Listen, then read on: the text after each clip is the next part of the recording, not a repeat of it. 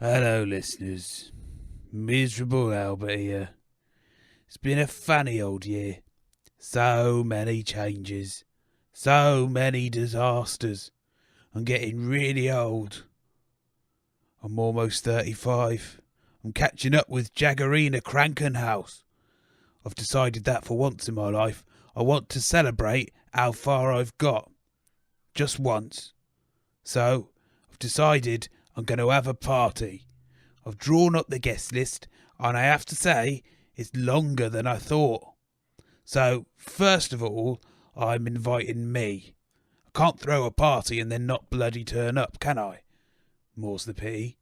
Secondly, I'm inviting Moody Michael, a kindred spirit who is so moody that when he walks through a room, fruit rots, paint peels, and milk jumps out of the jar and runs away. He's my kind of person. Thirdly, I'm inviting Hugo First, the cowardly tour guide, who I don't really like, but he usually brings some rice pudding, so I guess technically he's catering. I've got some activities planned for my party. Firstly, I've got 3 chairs.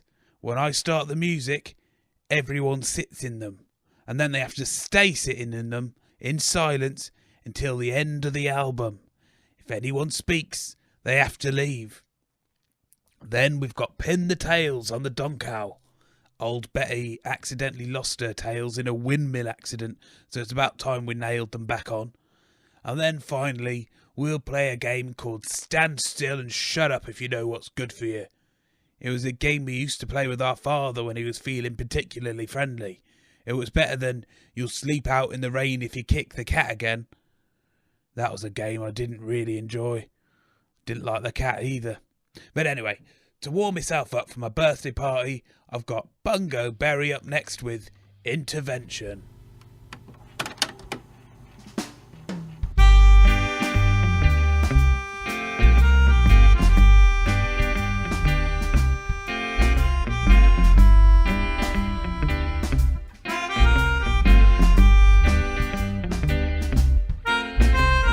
Something in the bushes, oh, I do beg your pardon. It's old Mr. Spoctopus hiding in my garden.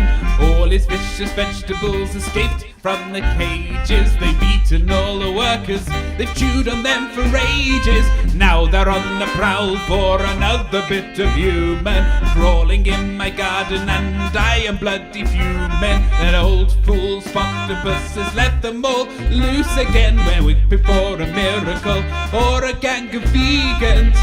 It's not the first time, won't be the last time. I'd better mention, I call for an intervention. Coming through the hedges is a bold little fellow. He's trying to soothe the vegetables by playing the cello. Watching through the window as they all gather round him, I have to look away as they begin to devour him. Old Mr. Spoctopus is running for his life. A flock of asparagus are giving him some strife. I think I hear a knocking from my parlour door. I better let him in so he doesn't get mauled. It's not the first time, won't be the last time.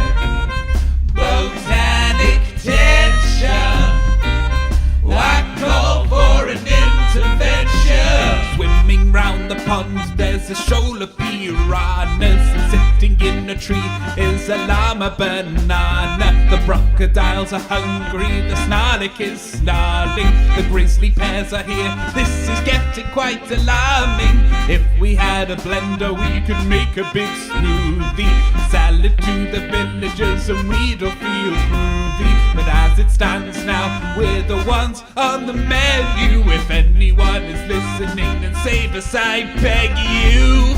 It's not the first time, won't be the last time.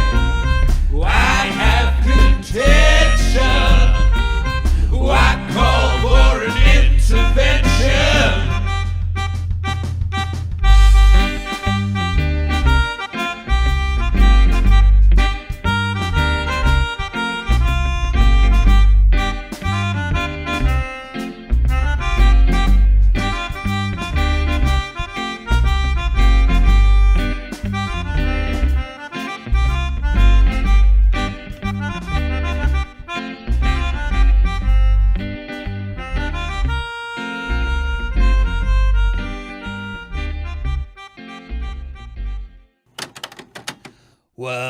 to say, listeners, that was a very accurate depiction of one of those times when old Mr. Spoctopus's vegetables went on the rampage. It's happened so many times now that I wonder how he hasn't been eating himself. I don't know how he makes a living out of that disaster of a farm. He's lost 74 workers since the year 210. Mind you, his meat pie shop has really taken off since he started it a couple of years ago. I don't know what he puts in them, but they taste beautiful. Really thick gravy, crispy, crusty pastry. Anyway, sorry listeners. Next up, we've got Miss McLitterus with chicken weasels.